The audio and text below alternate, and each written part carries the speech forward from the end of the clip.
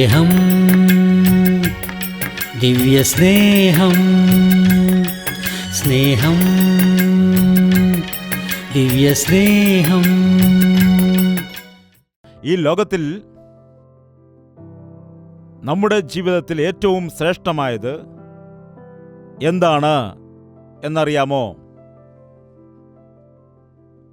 പറയൂ. എൻ്റെ മെസ്സേജുകൾ പ്രാക്ടിക്കലാണ്, എനിക്ക് തിയറി അറിയില്ല. അനേകരും പറയുന്നു സമാധാനമില്ല എന്ന്. സമാധാനമില്ല എന്ന് പറയുന്നു. നമ്മുടെ ജീവിതത്തിൽ സമാധാനം നൽകുന്നതായ അതിപ്രധാനമായ വിഷയം ഏതാണ്? കുടുംബം. എന്താണ്? കുടുംബം സമാധാനത്തോടെയാണെങ്കിൽ നമുക്ക് സമാധാനമുണ്ടായിരിക്കും. ദൈവം കുടുംബത്തെ സ്നേഹിക്കുന്നുണ്ടോ ഇല്ലയോ? കുടുംബ വ്യവസ്ഥ സ്ഥാപിച്ചത് ആരാണ്? മനുഷ്യൻ ഏകനായിരിക്കുന്നത് നന്നല്ല എന്ന് പറഞ്ഞ് തക്കതായ തുണയായിരിക്കേണ്ടതിന് ദൈവം ഹൗവയെ സൃഷ്ടിച്ചു. അവർ രണ്ടുപേരും ഏക ശരീരമായിരിക്കും എന്ന് പറഞ്ഞു. നിങ്ങൾ ഫലിച്ച് അഭിവൃദ്ധിപ്പെട്ട് ഭൂമിയെ നിറയ്ക്കുക എന്നും പറയാനിടയായി. എന്താണ്? ആദിയിൽ അവർ രണ്ടുപേരുമേ ഉണ്ടായിരുന്നുള്ളൂ. എന്നാൽ ഇന്ന് നോക്കുമ്പോൾ എത്രയോ കോടി ജനങ്ങളാണ് ഈ ലോകം മുഴുവനും രാജ്യങ്ങളായിട്ട് ആയിരിക്കുന്നത്. വ്യത്യസ്ത ഭാഷയിലും വ്യത്യസ്ത വംശത്തിലുമായിരിക്കുന്നവരുള്ളപ്പോഴും നമുക്കെല്ലാവർക്കും പൂർവികന്മാർ ആരാണെന്ന് ചോദിച്ചാൽ ആദാമും ഹൗവയുമാണ്. ദൈവം സ്ഥാപിച്ചതായ ആ കുടുംബ വ്യവസ്ഥയാണ്. കുടുംബത്തിൽ ആരൊക്കെ ഉണ്ടായിരിക്കും? ഇതുപോലും അറിയില്ലേ? കുടുംബത്തിൽ അപ്പനും അമ്മയും ഉണ്ടായിരിക്കുമെന്ന് പറഞ്ഞുകൂടെ? വിവാഹം കഴിയുന്നതുവരെ നീ ബാച്ചിലറാണ്, ബ്രഹ്മചാരി. അപ്പോൾ വരെയും അപ്പൻ്റെയും അമ്മയുടെയും കൂടെയാണ് താമസിക്കുന്നത്. നിന്റെ കുടുംബം എന്ന് പറയില്ല. എന്നാൽ നിന്റെ വിവാഹം കഴിഞ്ഞതിന് ശേഷം നിന്റെ കുടുംബം നിനക്കുണ്ടാകും. അതായത് രണ്ട് ദമ്പതിമാർ, ഭാര്യയും ഭർത്താവും കൂടി വരുവാനിടയാകും. ആ ഭാര്യ ഭർത്താക്കന്മാർക്ക് മക്കളുണ്ടാകാനിടയാകും. അതിനുശേഷം മക്കൾ ഉണ്ടായതിനു ശേഷം അവർക്ക് കല്യാണം കഴിഞ്ഞ് അവർക്ക് മക്കളുണ്ടാവും. പിന്നെ അവർക്ക് മക്കളുണ്ടാവും. അങ്ങനെ അപ്പനും അപ്പൂപ്പനും എല്ലാം ഉണ്ടാകും. അപ്പൂപ്പനും അമ്മൂമ്മയും കൊച്ചുമകനും എല്ലാവരും ഉണ്ടായിരിക്കും. ശരിയാണോ അല്ലയോ? ശരിയാണോ അല്ലയോ? നിങ്ങളുടെ വീട്ടിൽ എത്ര പേരുണ്ട്? ഞങ്ങൾക്ക് രണ്ടെന്നാണ് നേരത്തെ. ഇപ്പോൾ നമ്മൾ രണ്ട് നമുക്ക് ഒന്ന് എന്നാണ് പറയുന്നത്. ചൈനയിൽ പോപ്പുലേഷൻ കുറയുകയാണ്, ജനസംഖ്യ കുറയുകയാണ്. അതുകൊണ്ട് കൂടുതൽ മക്കളെ ജനിപ്പിക്കണമെന്നാണ് ഇപ്പോൾ അവിടെ പ്രസ്താവന ഇറക്കിയിരിക്കുന്നത്.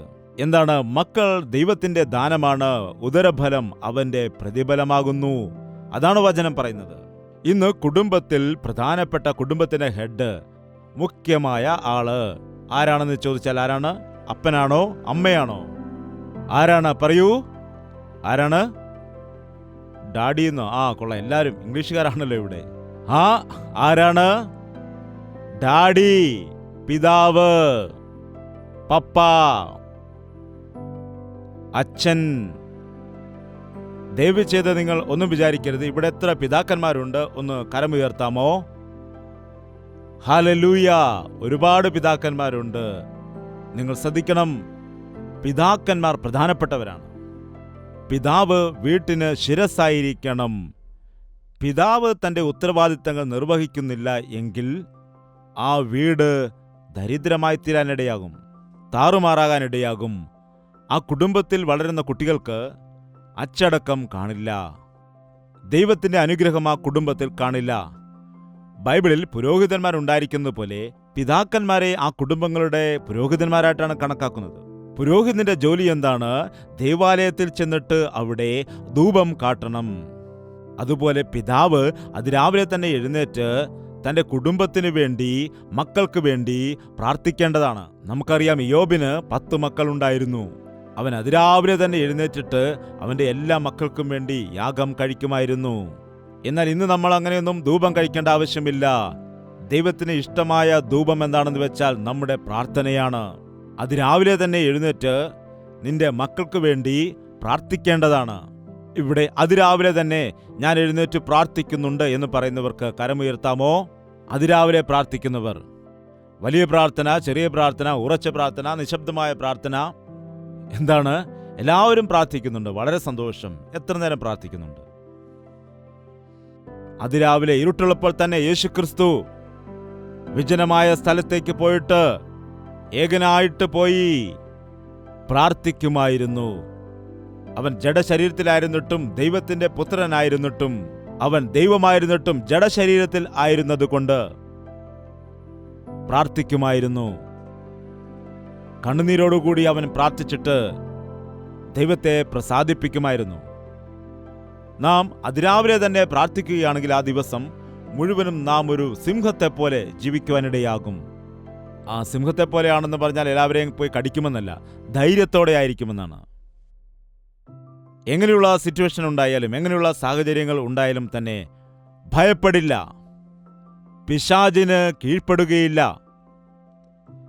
ചെറിയ ചെറിയ ലാഭങ്ങൾക്ക് വേണ്ടി പോകില്ല, വഞ്ചന കാണിക്കുന്നതിൽ പങ്കുചേരില്ല, കള്ളം പറയുകയില്ല. എന്തുകൊണ്ടെന്നാൽ രാവിലെ നീ ചെയ്യുന്നതായ പ്രാർത്ഥന നിനക്ക് ധൈര്യം നൽകുവാനിടയാകും, നിനക്ക് വിശ്വാസം വർദ്ധിപ്പിക്കുന്നു, നിന്നെ വിശുദ്ധീകരിക്കുന്നു. ആ ദിവസം വരുവാൻ പോകുന്നതായ പ്രതികൂലങ്ങളെ നിനക്ക് ആദ്യം തന്നെ അവൻ വെളിപ്പെടുത്തി തരും. ആ ശോധനകളെ ജയിക്കുവാനുള്ള ശക്തിയും നിനക്ക് കർത്താവ് നൽകാനിടയാകും. ഈ കാലത്തുള്ള ക്രിസ്ത്യാനികൾക്ക് ഇല്ലാത്തതും അതുപോലെ നാമമാത്രമായി തീർന്നതും ആണ് പ്രാർത്ഥന. അല്ലാതെ ഉണർന്നാലോട് തന്നെ കർത്താവെ രാത്രി കാത്തു പരിപാലിച്ചു, ആമേൻ, കാപ്പി കൊണ്ടുവാ എന്ന് പറയുന്നതല്ല. അതല്ല പ്രാർത്ഥന. കുറച്ചു സമയത്ത് ദൈവസന്നിധിയിൽ ഹൃദയം തുറന്ന് പ്രാർത്ഥിക്കുവാൻ, മനസ്സ് തുറന്ന് പ്രാർത്ഥിക്കുവാൻ ഇടയാകണം. എൻ്റെ വിവാഹം കഴിഞ്ഞ ആദ്യ നാളുകളിൽ ഞങ്ങളെ ദൈവം ഒരു ഗ്രാമത്തിൽ സുവിശേഷ വേല ചെയ്യാൻ വേണ്ടി അയച്ചു. വിവാഹത്തിൻ്റെ 15-ാമത്തെ ദിവസം ഒരു ഗ്രാമത്തിൽ പോയി ദൈവവേല ആരംഭിച്ചു. ദൈവം എന്തുകൊണ്ടാണ് ഞങ്ങളെ അങ്ങോട്ട് അയച്ചത് എന്ന് ഞങ്ങൾക്ക് ഒന്നും മനസ്സിലായില്ല. എന്നാൽ ഞങ്ങൾ അവിടെ ഗ്രാമത്തിലേക്ക് ചെല്ലുവാൻ ഇടയായി. അവിടെ ചെന്നപ്പോൾ താമസിക്കാൻ ഞങ്ങൾക്ക് വീടില്ല. അവിടെ അടഞ്ഞുകിടക്കുന്ന ഒരു വീടുണ്ട്, അവിടെ പിശാചിന്റെ ബാധയുണ്ടെന്ന് പറഞ്ഞു. കുഴപ്പമില്ല എന്ന് പറഞ്ഞിട്ട് ആ ഭവനത്തിൽ ഞങ്ങൾ താമസിക്കുകയും അവിടെ പ്രാർത്ഥിച്ച് ദൈവഭവനമാക്കി മാറ്റി. അങ്ങനെ ആ വീട്ടിൽ ദൈവത്തിന്റെ വേല ആരംഭിച്ചു. 25 രൂപയ്ക്ക്. അവിടെ ഞങ്ങൾക്ക് സ്വന്തം വീടുണ്ട് കാക്കനാടിൽ. ഞങ്ങൾ നല്ല സുഖ സൗകര്യങ്ങളോട് ജീവിച്ച വ്യക്തികളാണ്. എൻ്റെ ഭാര്യയുടെ വീട്ടുകാർക്കും സ്വന്തം വീടും എല്ലാ സൗകര്യങ്ങളുമുണ്ട്. എന്നാൽ ദൈവം ഞങ്ങളെ അയച്ചതുകൊണ്ടാണ് ഞങ്ങൾ അവിടേക്ക് പോകാനിടയായത്. ഒരു ദിവസം എൻ്റെ ഭാര്യ ഈ കുടിലിൽ ആഹാരം പാകം ചെയ്ത സമയത്ത് ഒരുപാട് പുകയുണ്ടാകുവാനിടയായി. ഞാൻ നോക്കിയപ്പോൾ പറയുകയാണ്, എനിക്ക് ഈ ഗ്യാസ് സ്റ്റൗ മാത്രമേ കത്തിക്കാൻ അറിയൂ, ഇങ്ങനെ അടുപ്പ് കത്തിക്കുവാൻ അറിയില്ല. ഞാൻ ചെയ്ത് നോക്കിയപ്പോൾ അവിടെ വിറകും കുറേ പുല്ലും കരിയിലയും ഒക്കെ വെച്ചിട്ട് കുറച്ച് മണ്ണെണ്ണയും ഒഴിച്ചിട്ട് തീ കൊടുത്തു. അത് കുറച്ചു നേരം കത്തിയിട്ട് വീണ്ടും അണഞ്ഞുപോയി. എന്താണ് അങ്ങനെ? ഞാൻ അവിടെ ഈ നീലഗിരി മലയുടെ സ്ഥലത്ത് 2 വർഷത്തോളം ആദിവാസികളുടെ ഇടയിൽ ദൈവവേല ചെയ്തു. ഈ 2 വർഷവും ഇങ്ങനെ അടുപ്പ് ഞങ്ങൾ കത്തിച്ചിട്ടാണ് ആഹാരമൊക്കെ പാകം ചെയ്തത്. ഇപ്പോഴാണെങ്കിൽ കുഴപ്പമില്ല, എന്ന് പറഞ്ഞ് ഗ്യാസ് കത്തിച്ചാൽ ഉടൻ തീ വരും. അതുകൊണ്ട് എനിക്ക് അനുഭവമുള്ളത് കൊണ്ട് ഞാൻ പറഞ്ഞു, ഇങ്ങനെയല്ല തീ കത്തിക്കേണ്ടത്. ഒരു വിറക് 2 വിറകെടുത്തിട്ട് ചെറിയ വിറക് കൊള്ളി വെച്ചിട്ട് പതിയെ തീ കത്തിക്കേണ്ടതാണ്. അങ്ങനെ പതിയെ തീ കത്തുന്നതായ സമയത്ത് അങ്ങനെ ഊതുമ്പോൾ അത് വീണ്ടും ആളിക്കത്തും. അങ്ങനെ തീ പിടിച്ചതിന് ശേഷം അത് നല്ലവണ്ണം ആളിക്കത്തുവാനിടയാകും. പിന്നെ ഗ്യാസിനേക്കാൾ നല്ല രീതിയിൽ കത്താനിടയാകും. ഇന്ന് നമ്മുടെ ഇടയിൽ അനേകരും പ്രാർത്ഥിക്കാൻ പറയുമ്പോൾ ഇതാണ് ചെയ്യുന്നത്, പുകയ്ക്കുകയാണ് ചെയ്യുന്നത്. വിറകും ചപ്പും എല്ലാം ഇങ്ങനെ കുത്തി നിറയ്ക്കുന്നത് പോലെ അടുപ്പിൽ. കർത്താവേ, എനിക്ക് സഹിക്കത്തില്ല, എൻ്റെ ഭർത്താവ് ശരിയല്ല, എൻ്റെ ഭാര്യ ശരിയല്ല, ഇങ്ങനെ ജീവിക്കാൻ കഴിയത്തില്ല, ഞങ്ങൾക്ക് പ്രശ്നമുണ്ട്, കടബാധ്യതയുണ്ട്, രോഗമുണ്ട്, എല്ലാം ഉണ്ട് കർത്താവേ, ആമേൻ എന്ന് പറഞ്ഞു. ഇതാണോ പ്രാർത്ഥന? പ്രാർത്ഥന എന്ന് പറഞ്ഞാൽ നിങ്ങളുടെ സങ്കടമെല്ലാം പറയുന്നതാണോ? വേദനയെല്ലാം പറയുന്നതാണോ? ദുഃഖമെല്ലാം പറയുന്നതാണോ? നിങ്ങളുടെ ആവശ്യങ്ങൾ ചോദിക്കുന്നതാണോ? അല്ല. നിങ്ങളുടെ പ്രാർത്ഥന എന്ന് പറയുമ്പോൾ നിങ്ങളുടെ പ്രാർത്ഥന കരയുന്നത് നല്ലതാണ്. നിങ്ങൾ കരയുമ്പോൾ പ്രാർത്ഥനയ്ക്ക് ശക്തി കിട്ടും. കരയണം. എന്നാൽ ഹന്ന കരഞ്ഞുകൊണ്ടാണ് പോയത്, കണ്ണുനീരൊഴുക്കിക്കൊണ്ടാണ് പ്രാർത്ഥിച്ചത്. വിങ്ങി വിങ്ങി കരയുവാനിടയായി. പുരോഹിതൻ വിചാരിച്ചു ഇവൾ മദ്യപിച്ചിട്ടാണെന്ന്. സഹോദരി, നീ എന്താണ് മദ്യപിച്ചിട്ടാണോ വന്നത് എന്ന് ചോദിച്ചപ്പോൾ പറയുകയാണ്, അല്ല യജമാനനെ, ഞാൻ മദ്യവും വീഞ്ഞും കുടിച്ചിട്ടില്ല, എനിക്ക് കുഞ്ഞുങ്ങൾ ഇല്ല, ആ സങ്കടത്തോടു കൂടിയാണ്, ആ വിഷമം കൊണ്ടാണ് ഞാൻ കരയുന്നതെന്ന് പറഞ്ഞു. എൻ്റെ വീട്ടിൽ എനിക്ക് അപമാനവും നിന്ദയുമാണ്. എന്നെ സഹായിക്കുവാൻ ആരുമില്ല, എന്നെ ബലപ്പെടുത്തുവാൻ ആരുമില്ല, എൻ്റെ സങ്കടമെല്ലാം ഞാൻ ദൈവസന്നിധിയിൽ പകരുകയാണ് എന്നാണ് പറഞ്ഞത്. ദൈവം ആ പുരോഹിതനിൽ കൂടി അരുളി ചെയ്തു, അടുത്ത വർഷം ഈ സമയത്ത് നിന്റെ കയ്യിലൊരു കുഞ്ഞുണ്ടായിരിക്കും, പോകുക എന്ന് പറഞ്ഞു. എൻ്റെ കുഞ്ഞിനെ ദൈവത്തിന് വേണ്ടി സമർപ്പിക്കുന്നു എന്നവൾ തീരുമാനമെടുത്തു. അവളെ ദൈവം അനുഗ്രഹിച്ചു. വചനത്തിൽ പറയുന്നു, അന്നു മുതൽ അവളുടെ മുഖം പിന്നെ വാടിയതുമില്ല എന്ന്, അവൾ സന്തോഷത്തോടെ ഇരിക്കുന്നുവെന്ന്. അന്നുവരെ അവൾ ആഹാരം പോലും ശരിക്കും കഴിച്ചിരുന്നില്ല. എന്നാൽ എപ്പോഴാണോ ദൈവത്തിൻ്റെ സന്നിധിയിൽ വന്നിട്ട് അവളുടെ ഭാരങ്ങൾ ഇറക്കി വച്ചത്, ദൈവത്തിൻ്റെ വാഗ്ദത്തം പ്രാപിച്ചെടുത്തത്, പിന്നീട് അവൾ സന്തോഷത്തോടുകൂടി ഉല്ലാസത്തോടുകൂടി കടന്നുപോയി എന്നാണ് വചനത്തിൽ പറയുന്നത്. അപ്പോൾ കുഞ്ഞ് ജനിച്ചിട്ടില്ല. കുഞ്ഞ് ജനിക്കാൻ ഇനിയും 9 മാസം കാത്തിരിക്കണം. എന്നാൽ ദൈവത്തിൽ അവൾ വിശ്വസിച്ചു. വിശ്വാസത്തോടുകൂടി സന്തോഷത്തോടുകൂടി ദൈവത്തിൽ വിശ്വസിച്ചു പോകുവാനിടയായി. ഇന്ന് സഭയിൽ വരുന്നതായ ആളുകൾ ഒരുപക്ഷെ നിങ്ങൾ വരുന്നതായ സമയത്ത് വിഷമത്തോടെ, സങ്കടത്തോടെ, ദുഃഖത്തോടെ, കലഹത്തോടുകൂടി വന്നിട്ട് കുറേ നേരം വചനം കേട്ട് കണ്ണുനീരൊഴുക്കി പ്രാർത്ഥിച്ചിട്ട് അങ്ങനെ തന്നെ തിരിച്ചു പോവുകയാണ് എങ്കിൽ കൂട്ടായ്മയിൽ വരുന്നത് കൊണ്ട് എന്താണ് പ്രയോജനമുള്ളത്? ദൈവം നിങ്ങളെ കൂട്ടിവരുത്തിയത് അങ്ങനെ തന്നെ മടക്കി അയക്കാനാണോ? അല്ല, അല്ല. നിങ്ങളുടെ ഹൃദയത്തെ ദൈവസന്നിധിയിൽ പകർന്നിട്ട് ദൈവം മറുപടി നൽകുന്നത് വരെയും കാത്തിരിക്കേണ്ടതാണ്. എപ്പോൾ വരെയാണ് കാക്കേണ്ടത്? ഉയർന്ന പർവ്വത മുകളിൽ എന്ന് ഉള്ളതായ പാട്ടിൽ ഇങ്ങനെയൊരു വാക്കുണ്ട്. എന്താണെന്നറിയാമോ? കർത്താവിൻ്റെ സന്നിധിയിൽ വന്ന് പ്രാർത്ഥിക്കുമ്പോൾ മറുപടി നിനക്ക് വരുന്നത് വരെയും ദൈവത്തോട് പ്രാർത്ഥിക്കണം. അടുപ്പ് ആളി കത്തുന്നത് പോലെ നാം ദൈവസന്നിധിയിൽ പ്രാർത്ഥിക്കണം. അതുകൊണ്ടാണ് ദൈവത്തിൻ്റെ വചനം പറയുന്നത്, നിങ്ങൾ മുറിയിൽ കയറി കതകടച്ച് രഹസ്യമായിട്ട് പ്രാർത്ഥിക്കുക. രഹസ്യത്തിൽ നിങ്ങളെ കാണുന്നതായ കർത്താവ് നിങ്ങളുടെ പ്രാർത്ഥന കേൾക്കുമെന്ന്. നിങ്ങളുടെ പ്രാർത്ഥന കേട്ടിട്ട് നിങ്ങൾക്ക് ദൈവം മറുപടി നൽകും. നിങ്ങൾ പ്രാർത്ഥിക്കേണ്ടത് ആവശ്യമാണ്. അതിരാവിലെ തന്നെ പ്രാർത്ഥിക്കണം. 2 മിനിറ്റുള്ള പ്രാർത്ഥനയല്ല അത്. മനസ്സിൽ ദൈവത്തോടുള്ളതായ വിശ്വാസം വർദ്ധിച്ച് എനിക്ക് ദൈവം മറുപടി നൽകും എന്നുള്ളതായ ഉറപ്പ് ലഭിക്കുന്നതുവരെ പ്രാർത്ഥിക്കണം. നീ എന്നെ അനുഗ്രഹിച്ചിട്ടില്ലാതെ ഞാൻ നിന്നെ വിടുകയില്ല എന്ന് അന്ന് യാക്കോബ് ദൈവത്തോട് പ്രാർത്ഥിച്ച് പോരാടുവാനിടയായി. എന്തുകൊണ്ട് നമുക്ക് അങ്ങനെ ചെയ്യാൻ കഴിയുന്നില്ല? എന്തുകൊണ്ടാണ് വെറുതെ പ്രാർത്ഥിച്ചു വിടുന്നു? ഈ കാലത്തെ ഭിക്ഷക്കാർ ഒരുപാട് കുറഞ്ഞിട്ടുണ്ട്. പണ്ടുള്ള കാലത്താണെങ്കിൽ ഒരുപാട് ഭിക്ഷക്കാരുണ്ടായിരുന്നു. വൈകുന്നേരം ചോറ് കഴിഞ്ഞാൽ പിന്നെ ആ ഭിക്ഷക്കാർ പലരും വരികയും അവർക്ക് ആ ചോറ് നമ്മൾ കൊടുക്കുകയും ചെയ്യുമായിരുന്നു. എന്താണ്? അമ്മേ ഭിക്ഷാം ദേഹി എന്ന് പറഞ്ഞു വരുമായിരുന്നു. എന്താണ്? നോക്കുന്ന സമയത്ത് പലപ്പോഴും എന്താണ്, നമുക്ക് 1-2 കറിയായിരിക്കും, എന്നാൽ ഇവർക്ക് 10 കറിയാണ് കിട്ടുന്നത്. എന്തുകൊണ്ടെന്നാൽ ഒരുപാട് വീടുകളിൽ കയറി ഇറങ്ങുമല്ലോ. അതുകൊണ്ടാണ് വെറുതെ വന്ന് അമ്മേ ഭിക്ഷ തരണേ എന്ന് പറയുമ്പോൾ ഇവർ അടുക്കളയിൽ ചെന്ന് പാത്രമൊക്കെ കഴുകി വരുന്നതായ സമയത്ത് അയാൾ അവിടെ നിന്ന് വേറെ വീട്ടിലേക്ക് പോകുന്നത് കാണാം. അവർ വെളിയിൽ വന്ന് നോക്കുമ്പോൾ ദൂരെ അയാൾ പോകുന്നത് കാണാം. അയ്യോ, നിനക്ക് വേണ്ടിയാണല്ലോ ഞാൻ ചോറെല്ലാം ഒരുക്കിക്കൊണ്ട് വന്നത് എന്ന് പറഞ്ഞിട്ട് ഇവർ സങ്കടപ്പെടും. ദൈവസന്നിധിയിലും ഇന്ന് അനേകം ആളുകൾ അങ്ങനെയാണ് ചോദിക്കുന്നത്, ദൈവമേ നൽകണമേ, ബലപ്പെടുത്തണമേ, സഹായിക്കണമേ, അല്ലെങ്കിൽ ഞാൻ ATM കാർഡ് ഇട്ടെടുത്തോളാം. ദൈവമേ എന്നെ സഹായിക്കണമേ, അല്ലെങ്കിൽ ഞാൻ ഡെബിറ്റ് കാർഡൊക്കെ ഉണ്ടല്ലോ എന്ന് പറഞ്ഞിട്ട് അങ്ങനെ ചെയ്യും. എന്താണ്? ദൈവത്തോട് പേരിന് വേണ്ടി പ്രാർത്ഥിക്കുകയാണ്. എന്നിട്ട് അവരുടെ ഇഷ്ടം പോലെ അവരുടെ ബിസിനസ് അവർ ചെയ്യുകയാണ് ചെയ്യുന്നത്. ദൈവം തന്നില്ലെങ്കിൽ കൈക്കൂലി മേടിച്ചാണെങ്കിലും കാര്യം നടത്തും. അങ്ങനെയാണ്. എന്നാൽ അങ്ങനെയല്ല നമ്മുടെ ജീവിതത്തിൽ നാം ആയിരിക്കേണ്ടത്. ദൈവത്തോട് ചോദിക്കുന്ന സമയത്ത് വിശ്വാസം വേണം. ദൈവം എനിക്ക് നൽകും. എനിക്ക് ആരുടെയും റെക്കമെൻഡേഷൻ ആവശ്യമില്ല. എനിക്ക് കോപ്പി അടിക്കേണ്ടതായ കാര്യമില്ല. എനിക്ക് മനുഷ്യന്റെ സഹായമില്ല. മനുഷ്യരുടെ സഹായമെല്ലാം വ്യർത്ഥമാണ്. ദൈവം എന്നെ സഹായിക്കാനിടയാകും എന്ന വിശ്വാസത്തോടെ ചോദിച്ചു നോക്കൂ. എത്ര വലിയ അനുഗ്രഹങ്ങൾ നിന്റെ ജീവിതത്തിൽ നിനക്ക് അനുഭവിക്കുവാൻ കഴിയുമെന്നറിയാൻ കഴിയും. നീ അതിരാവിലെ എഴുന്നേറ്റ് തന്നെ പ്രാർത്ഥിക്കുക. ഹൃദയത്തിൽ ഭാരത്തോടുകൂടെ പ്രാർത്ഥിക്കുക. സമയം നോക്കിക്കൊണ്ട് നിങ്ങൾ പ്രാർത്ഥിക്കരുത്. സമയം നോക്കിക്കൊണ്ട് നിങ്ങൾ പ്രാർത്ഥിക്കുന്നവർ യഥാർത്ഥ പ്രാർത്ഥനക്കാരല്ല. ജയ്പോൾ പാസ്റ്റർ പറഞ്ഞു 1 മണിക്കൂർ പ്രാർത്ഥിക്കണമെന്ന്. കർത്താവേ 1 മണിക്കൂർ പ്രാർത്ഥിക്കാൻ ഇപ്പോൾ സമയം എത്രയായി? ഇനി 10 മിനിറ്റ്. കർത്താവേ സ്തോത്രം സ്തോത്രം. ഇനി എത്ര ചെയ്യണമാവോ? 15 മിനിറ്റ് ആയുള്ളൂ. ദൈവമേ സ്തോത്രം സ്തോത്രം. ഈ 1 മണിക്കൂറൊക്കെ പ്രാർത്ഥിക്കാൻ വളരെ ബുദ്ധിമുട്ടാണ്. ദൈവദാസന് വേറെ പണിയില്ലാത്തതുകൊണ്ട് വെറുതെ പറയുന്നതല്ലേ. നമുക്ക് സാധിക്കില്ല. പല സമയത്ത് നമ്മുടെ മീറ്റിംഗിൽ പ്രാർത്ഥിക്കുന്ന സമയത്ത് എൻ്റെ മനസ്സ് എപ്പോഴും ആ സമയത്ത് ദൈവസന്നിധിയിൽ ആയിരിക്കുന്നത് കൊണ്ട് നമുക്ക് പ്രാർത്ഥനയിൽ സമയം പോകുന്നത് അറിയാൻ കഴിയില്ല. എന്തുകൊണ്ടെന്നാൽ പ്രാർത്ഥനയുടെ ആത്മാവാണ് നമ്മളെ നടത്തുന്നത്. ചില സമയത്ത് ഞാൻ വേണമെന്ന് വെച്ച് അത് കട്ട് ചെയ്യാറുണ്ട്. കാരണം പൗലോസ് പറഞ്ഞിട്ടുണ്ട്, ഞാൻ ആത്മാവ് കൊണ്ടും പ്രാർത്ഥിക്കും, ബുദ്ധി കൊണ്ടും പ്രാർത്ഥിക്കുമെന്ന്. ആത്മാവിൽ പ്രാർത്ഥിക്കുന്ന സമയത്ത് നാം സമയം നോക്കില്ല.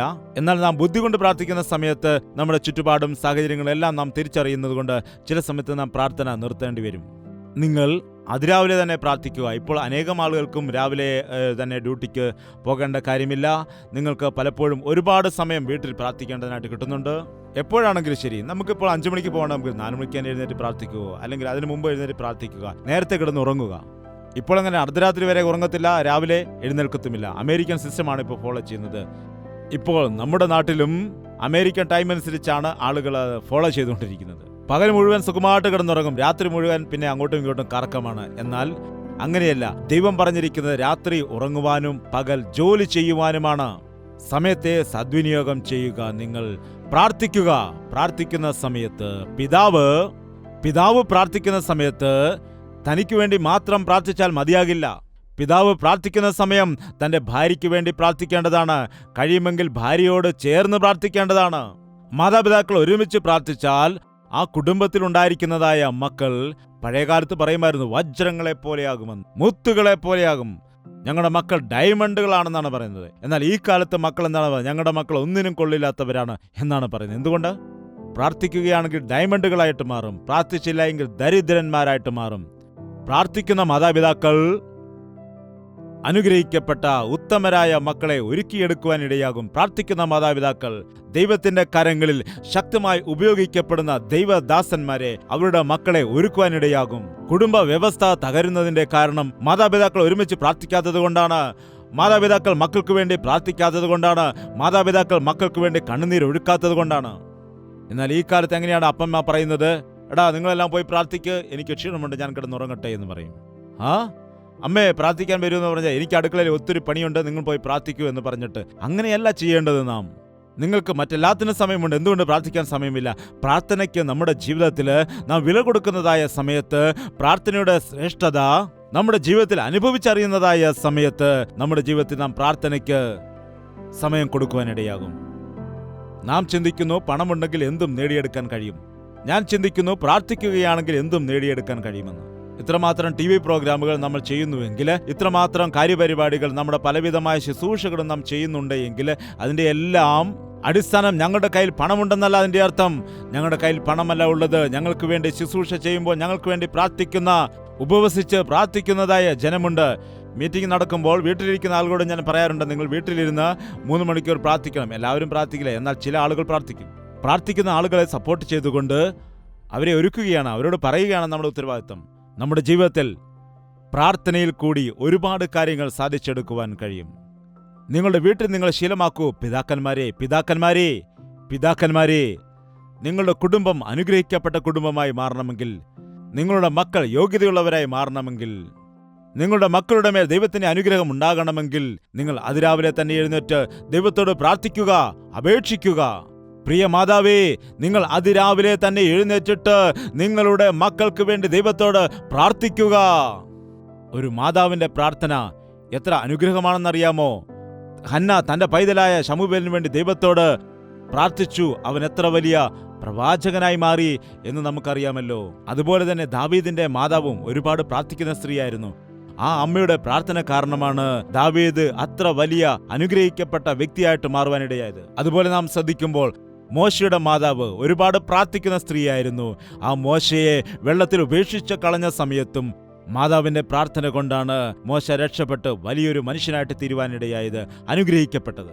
അമ്മമാരെ, നിങ്ങൾ പ്രാർത്ഥിക്കുക. ഞങ്ങൾക്ക് ഒരുപാട് ജോലിയുണ്ട്, എങ്ങനെയാണ് മക്കളോടൊപ്പം പ്രാർത്ഥിക്കുന്നത്? അങ്ങനെ പറയാൻ പാടില്ല. നിങ്ങൾ പ്രാർത്ഥിക്കണം, മക്കളോട് ചേർന്ന് പ്രാർത്ഥിക്കുക. നിങ്ങളുടെ കുടുംബം അനുഗ്രഹിക്കപ്പെടണമെങ്കിൽ, മക്കളുടെ ജീവിതത്തിൽ നന്മ ഉണ്ടാകണമെങ്കിൽ അതിരാവിലെ എഴുന്നേറ്റ് നിങ്ങൾ പ്രാർത്ഥിക്കേണ്ടത് ആവശ്യമാണ്. താൽക്കാലം വണക്കം, നമുക്ക് പ്രാർത്ഥിക്കാം. ഈ സമയത്ത് നിങ്ങളുടെ കുടുംബത്തിൽ ഒരു വലിയ അത്ഭുതം ചെയ്യുന്നതിന് വേണ്ടി, നിങ്ങളുടെ കുടുംബത്തെ പിശാചിന്റെ പിടിയിൽ നിന്ന് വിടുവിക്കുന്നതിന് വേണ്ടി ദൈവം ആഗ്രഹിക്കുന്നു. നിങ്ങളുടെ അസമാധാനം മാറ്റിയിട്ട് സമാധാനം നൽകാൻ അവൻ ആഗ്രഹിക്കുന്നു. കരങ്ങൾ ഉയർത്തി കർത്താവിനോട് പ്രാർത്ഥിക്കും. എല്ലാവർക്കും എഴുന്നേറ്റ് നിൽക്കാം, വായു തുറന്ന് കർത്താവിനോട് പ്രാർത്ഥിക്കാം. കർത്താവേ, ഇതാ എൻ്റെ ജീവിതം. രാവിലെ തന്നെ എഴുന്നേറ്റ് നിന്നോട് പ്രാർത്ഥിക്കുവാനുള്ള കൃപ നൽകണമേ. വിശ്വാസത്തോടെ പ്രാർത്ഥിക്കുവാനുള്ള കൃപ നൽകണമേ അപ്പാ. എൻ്റെ മക്കളുടെ ജീവിതത്തിൽ പിശാചിന്റെ കെണികൾ നടക്കുന്നുണ്ട്. എൻ്റെ കുടുംബം ഛിന്ന ഭിന്നമായി പോവുകയാണ്.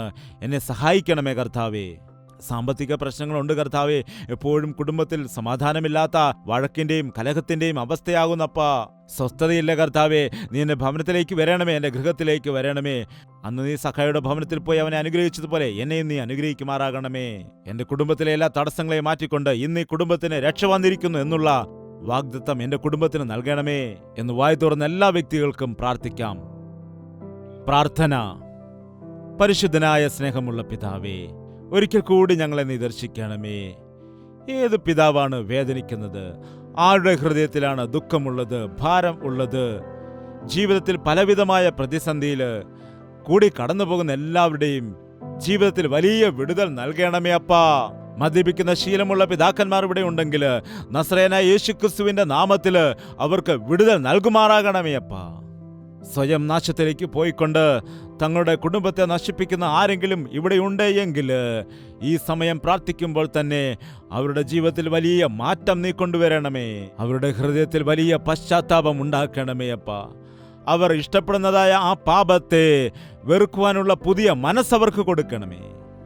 ഏതു സഹോദരിയാണ്, ഏത് മാതാവാണ് തൻ്റെ വീട്ടിലെ അനുഗ്രഹത്തിന് തടസ്സമായിരിക്കുന്നത്, ആത്മീയമായിട്ട് മുന്നേറുവാൻ കഴിയാതെ ഇരിക്കുന്നത്? അവരോട് നീ ഇന്ന് കരുണ കാട്ടുമാറാകണമേ. അങ്ങനെയുള്ള ആളുകളെ നിന്റെ മക്കളായിട്ട് നീ മാറ്റിയെടുക്കണമേ. നിന്നോട് പ്രാർത്ഥിക്കുന്ന വ്യക്തികളാക്കി മാറ്റണമേ. പിശാച് കൊണ്ടുവരുന്ന സകല തടസ്സങ്ങളിൽ നിന്നും സകല ബന്ധനങ്ങളിൽ നിന്നും നീ സ്നേഹിക്കുന്ന നിന്റെ മക്കളുടെ കുടുംബങ്ങളെയെല്ലാം വിടുവിക്കുമാറാകണമേ അപ്പാ. പിശാചിന്റെ തന്ത്രങ്ങളിൽ നിന്ന് വിടുവിച്ച് സമാധാനം കൊടുക്കുമാറാകണമേ. എല്ലാ കുടുംബത്തിലും ദൈവത്തിന്റെ സാന്നിധ്യം, സമാധാനം വരുവാൻ കൃപ കൊടുക്കണം. കർത്താവേ, നീ യഥാർത്ഥമായും ഞങ്ങളുടെ കുടുംബത്തിന്റെ അധിപതിയായിട്ട്, നായകനായിട്ട് വരുമാറാകണമേ. നിന്റെ സമാധാനവും നിന്റെ സന്തോഷവും ഞങ്ങളുടെ സകല ഗൃഹങ്ങളിലും ഉണ്ടായിരിക്കാൻ സഹായിക്കണമേ. എവിടെയാണോ ക്രിസ്തു ഉള്ളത് അവിടെ സമൃദ്ധിയുണ്ട്, അവിടെ അനുഗ്രഹമുണ്ട്. ലോകത്തിലുള്ളതായ സമ്പാദ്യമല്ല, ലോകത്തിലെ പണമല്ല വലുത്, ക്രിസ്തുവിന്റെ സമ്പാദ്യമാണ്. ക്രിസ്തു നൽകുന്നതായ സമ്പത്താണ് വലുത് എന്ന് മനസ്സിലാക്കാൻ ഞങ്ങളെ സഹായിക്കണമേ. അങ്ങനെയുള്ള ആഗ്രഹം ഞങ്ങളുടെ മക്കളുടെ ഹൃദയങ്ങളിൽ നീ കൊടുക്കണമേ. അങ്ങനെ അവർ ലോകത്തിന്റെ പിന്നാലെ പോകാതെ, ലോകത്തിന്റെ ഇഷ്ടത്തിന് പിന്നാലെ പോകാതെ, പിശാചിന് കീഴ്പ്പെട്ടു പോകാതെ യൗവന മോഹങ്ങളെ ഉപേക്ഷിച്ച് ഓടിപ്പോകുവാൻ വിശുദ്ധിയോടുകൂടി, സ്നേഹത്തോടുകൂടി, വിശ്വാസികളോടുകൂടി പ്രാർത്ഥനയുടെ കൂട്ടത്തിൽ ആയിരിക്കുവാൻ ഞങ്ങളുടെ മക്കളെല്ലാം നീ സഹായിക്കുമാറാകണമേ അപ്പാ. യേശു ക്രിസ്തുവിന്റെ നാമത്തിൽ അപേക്ഷിക്കുന്നു പിതാവേ. നമ്മുടെ പിതാവായ ദൈവത്തിന്റെ സ്നേഹവും പുത്രനായ യേശു ക്രിസ്തുവിന്റെ കൃപയും ആശ്വസിപ്പിച്ച് വഴി നടത്തുന്ന പരിശുദ്ധാത്മാവിന്റെ കൂട്ടായ്മയും സഹവാസവും നാം ഓരോരുത്തരോടും പ്രാർത്ഥിച്ച സകല വിഷയങ്ങളോടും ഇന്നു മുതൽ എന്നേക്കും ഉണ്ടായിരിക്കുമാറാകട്ടെ. ആമേൻ, ആമേൻ, ആമേൻ. യേശുവേ, യേശുവേ, യേശുവേ, യേശുവേ, യേശുവേ, യേശുവേ, യേശുവേ, യേശുവേ. നിന്നെ നിന്നെ എന്നും ഞാൻ സേവിക്കും, നീ മാത്രം രാജാവെന്നും. നിന്നെ നിന്നെ എന്നും ഞാൻ സേവിക്കും, നീ മാത്രം രാജാവെന്നും. യേശുവേ, യേശുവേ, യേശുവേ, യേശുവേ, യേശുവേ, യേശുവേ, യേശുവേ, യേശുവേ, യേശുവേ, യേശുവേ, യേശുവേ.